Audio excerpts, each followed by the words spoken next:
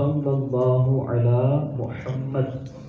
تو جب ہم یہ 100 مرتبہ پڑھیں گے 4-5 منٹ لگ جائیں گے تو فضیلت کیا ملے گی کہ ہماری 100 حاجتیں اللہ پاک پوری فرمائے گا.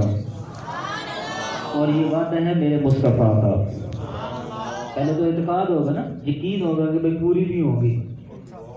تو ہم مانگنے والے بنے, اللہ تعالیٰ دینے والا ہے, وہ دینے والی ذات ہے. ہماری حاجتوں کو اللہ نیک اور جائز حاجتیں اللہ ان کو پورا فرمائے. بلند آواز سے دعا پڑھیے, صلو علی الحبیب. یہ سائڈ زیادہ آواز آ رہی ہے, ادھر ہے ہی کو نہیں لگتا ہے, وہ بالکل باہر سے ہوا لگ رہی ہے, شاید سردی ہے. صلو علی الحبیب. فرنٹ والے تو ٹھنڈے پڑ گئے. چلے آگے پھر پڑھ لیں گے انشاءاللہ. درود پاک تو ہم نے بہانے بہانے سے پڑھنا نا, درود پاک انشاءاللہ آہستہ ہوگی آپ کی. جھوٹی گواہی, اس کی تعریف کیا ہے؟ خلاف واقعے, یعنی جو ہوا ہی نہیں اس بات کی گواہی دینے کو شہادت الزور یعنی جھوٹی گواہی کہا جاتا ہے. اس کے احکام کیا ہیں؟ جھوٹی گواہی دینا کبیرہ گناہ, حرام اور جہنم میں لے جانے والا کام ہے. جس کا جھوٹا ہونا مشہور ہو اس کو گواہ نہیں بنا سکتے. محض سنی سنائی بات کی گواہی دینا جائز نہیں ہے. جھوٹی گواہی دلوانہ فسق یعنی گناہ ہے. آیت مبارکہ میں ہے وَلَا تَقْفُ مَا لَيْسَ لَكَ بِهِ عِلْمٌ, ترجمہ کنز العرفان, اور اس بات کے پیچھے نہ پڑ جس کا تجھے علم نہیں ہے. اس آیت مبارکہ کے تحت تفسیر سراج الجنان میں ہے. ایک قول کے مطابق آیت کا معنی یہ ہے کہ جھوٹی گواہی نہ دو. اس کے بارے میں میرے آقا صلی اللہ تعالی علیہ وسلم نے کیا ارشاد فرمایا, سنیں. فرمایا کہ جھوٹے گواہ کے قدم گواہی دینے کے مقام سے ہٹنے بھی نہ پائیں گے کہ اللہ پاک اس پر جہنم واجب کر دے گا. کتنا بڑا گناہ ہے. ابھی اس کے قدم ہٹیں گے نہیں, گواہی دے گا, اس ساتھ ہی اللہ تعالیٰ اس پر جہنم کو واجب کر دے گا. ایک روایت پہ ہے 10 افراد وہ ہیں جن سے اللہ پاک ناراض ہوتا ہے, ان پر لعنت فرماتا ہے, انہیں دردناک عذاب میں گرفتار کیا جائے گا اور قیامت کے دن ان کے لیے جہنم کا حکم سنایا جائے گا. ان 10 میں سے ایک جھوٹی گواہی دینے والا بھی ہے. وجہ کیا ہوتی ہے, کیوں بندہ جھوٹی گواہی دیتا ہے؟ حرص اور لالچ اور مفاد پرستی کی وجہ سے. بعض لوگ نوکری, عہدے اور دیگر کاموں کے لیے کیا کرتے ہیں؟ جھوٹی گواہی دیتے ہیں. انتہائی عام یہ معاملہ ہے ہمارے معاشرے کے اندر.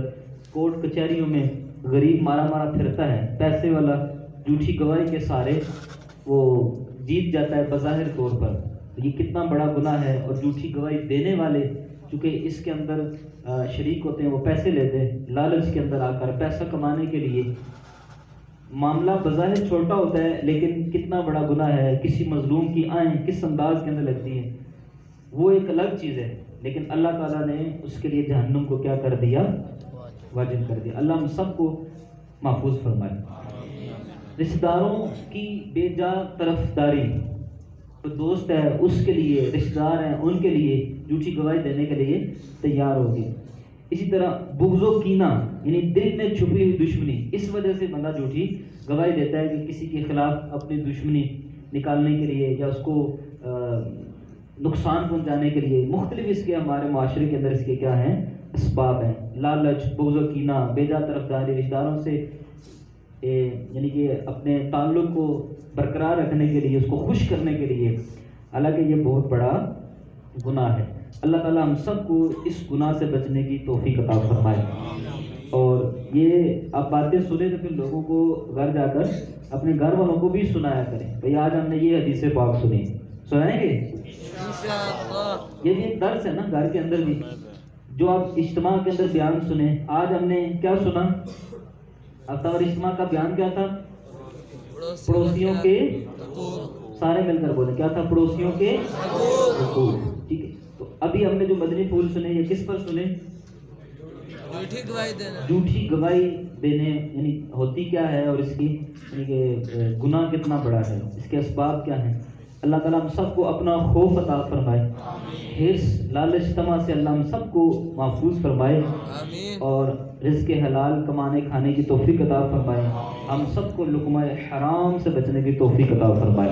آمین، صلو علی الحبیب صلی اللہ تعالی علی محمد صلی اللہ تعالی علیہ وآلہ وسلم. خوشخبری ایسے نہیں، زور سے زبان لگائیں گے پھر آپ کو خوشخبری سنائیں گے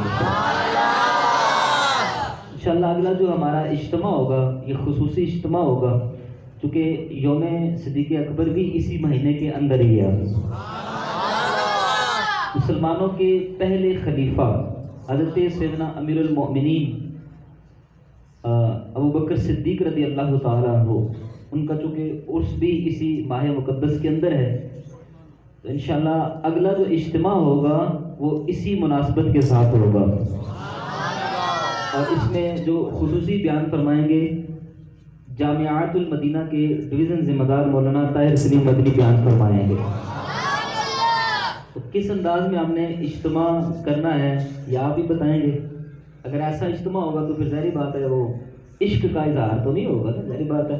الحمدللہ ہم سیدنا صدیق اکبر رضی اللہ عنہ سے محبت کرتے ہیں. الحمدللہ یہ ہمارے ایمان کا قبلہ کا کیا ہے حصہ ہے اور محبتیں تبھی ہوں گی کہ جب ہم لوگوں کو دعوت دے کر لائیں گے اور ان کی شان ہم سنیں گے. ان کی شان کیا ہے؟ نبی پاک صلی اللہ علیہ وسلم کے عظیم ساتھی، صحابہ کرام میں عظیم مرتبہ پانے والے، ٹھیک ہے، انبیاء کے بعد سب سے جو عظیم مرتبہ پانے والی جو سب سے بلند اعلیٰ شخصیت ہے وہ کون ہے؟ سیدنا صدیق اکبر رضی اللہ تعالیٰ. انشاءاللہ لنگر بھی ہوگا اور ہم دھوم دھام کے ساتھ اجتماع میں شرکت کریں گے. وہی ٹائمنگ ہوں گی ہماری ہماری اجتماع کی جو ٹائمنگ ہے مغرب سے عشاء تک. تو آپ نے کوشش کرنا جلدی آنا ہے. بعد وہ 6:15 ٹھیک ہے 6:30 جی اس میں تو لیٹ ہو جاتے ہیں. پھر ظاہر بات ہے وہ جو مدنی پھول ہوتے ہیں جو بیان ہوتا ہے وہ نکل جاتا ہے. انشاءاللہ ہم نے اس کے اندر بھرپور انداز کے اندر دعوت بھی دینی ہے اور اس کے اندر خود شرکت بھی کرنی ہے. کم از کم 12 اسلامیوں کو دعوت دے کر لانا اپنے اپنے ساتھ. کون کون دعوت دے گا؟ نیت کر لیں انشاءاللہ لانے والے اللہ جس کو توفیق عطا فرمائے گا. کم از کم 12 اسلامی بھائیوں کو تاکہ جو مہمان آئیں بیان کریں جو بھی ہو اور ان کو پتہ چلے کہ سیدنا صدیق اکبر سے محبت کرنے والے ارشاد یہاں پر موجود ہیں. اچھا اسی طرح انشاءاللہ 3 دن کا مدنی قافلہ سفر کر رہے ہیں انشاءاللہ. تحصیل گجر خان سے 3 دن کے مدنی قافلے سفر کر رہے ہیں. جو سفر کے خواہش مند عاشقان رسول ہے رابطے کرتے رہتے ہیں. آپ سے گزارش ہے انشاءاللہ کل جمعہ کے بعد یہاں سے کچھ تو ماشاءاللہ